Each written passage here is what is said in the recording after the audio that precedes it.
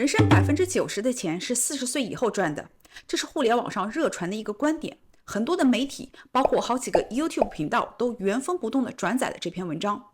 不过，这个观点到底靠不靠谱，还是只是毒鸡汤呢？欢迎回到 Simba 成长和财商频道。今天我就用客观的态度来解析一下这个观点，看看大多数人能否在人生的后半段赚到90%的钱，至少赚到一辈子中大部分的钱。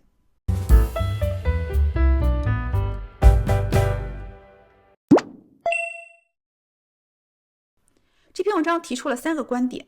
第一个观点就是每个人的财富与自己的实力是相匹配的，因此在40岁之前要深耕自己的能力。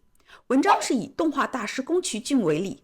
宫崎骏从22岁起在一家动画公司工作，一开始薪水微薄，但是他在传统手绘领域坚持深耕。在38岁时，他又开始尝试制作动画，并且在43岁时推出了电影《风之谷》。这部电影在全球收获了3亿美金的票房，使他实现了财务自由。第二个观点是在40岁之前要投资自己的大脑，因为财富是对知识的补偿。文章引用了特斯拉 CEO 伊隆马斯克的例子。马斯克热爱阅读，并且涉猎广泛，通过不断投资自己的大脑，在40岁时就在4个不同的领域创建了估值数10亿的企业。第三个观点是40岁之前要修炼自己的格局，因为利己则生，利他则久。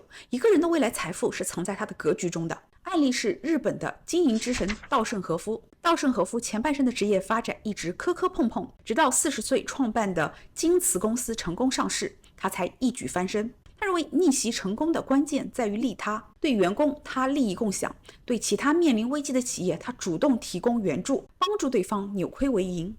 尽管这3个观点单独来看都没有问题，但是他们并不足以支持对于大多数人而言，人生90%的钱是在40岁以后赚的这一结论。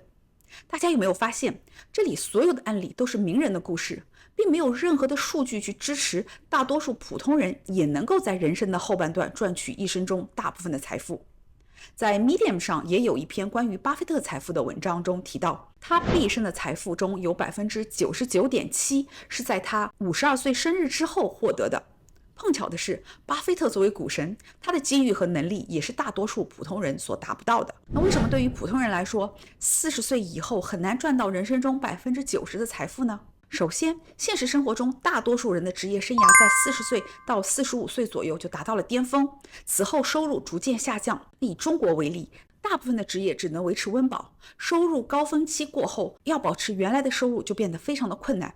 在互联网、金融等少数高收入的行业中，很多人在35岁就面临失业的风险，40岁以后被迫从互联网大厂毕业的情况更是屡见不鲜。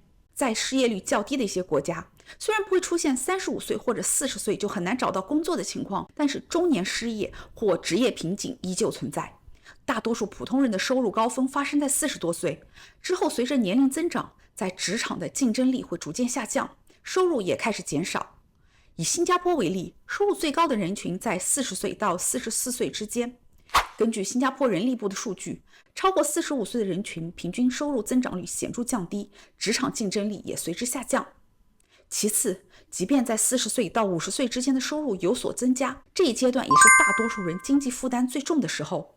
孩子们的教育、房贷、养老等各方面的开销都在不断的增加，加上逐年递增的通货膨胀率抵消了收入的增加，对于大多数人来说，实际可支配收入并没有明显的提升，反而有可能会下降。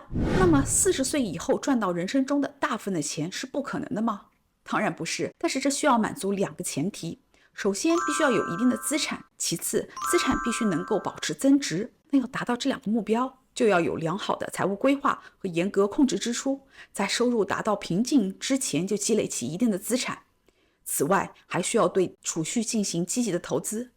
在这个过程中，不仅需要掌握一些理财投资的知识，更重要的是要克服人性的弱点。遗憾的是，对于大多数人来说，这一切并不容易做到。